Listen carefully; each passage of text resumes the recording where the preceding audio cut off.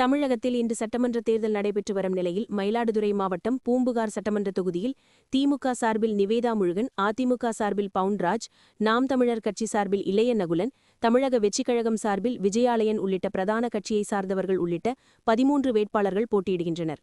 இதற்காக 342 வாக்குச்சாவடி மையங்கள் அமைக்கப்பட்டு இன்று காலை 7 மணி முதல் வாக்குப்பதிவு தொடங்கி விறுவிறுப்பாக நடைபெற்று வருகிறது.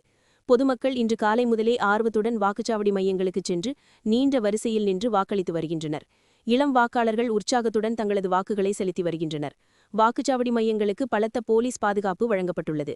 மேலும் பதட்டமான வாக்குச்சாவடி மையங்கள் கண்டறியப்பட்டு அங்கு கூடுதல் போலீஸ் மற்றும் துணை ராணுவம் பாதுகாப்பு வழங்கப்பட்டு விறுவிறுப்பாக வாக்குப்பதிவு நடைபெற்று வருகிறது.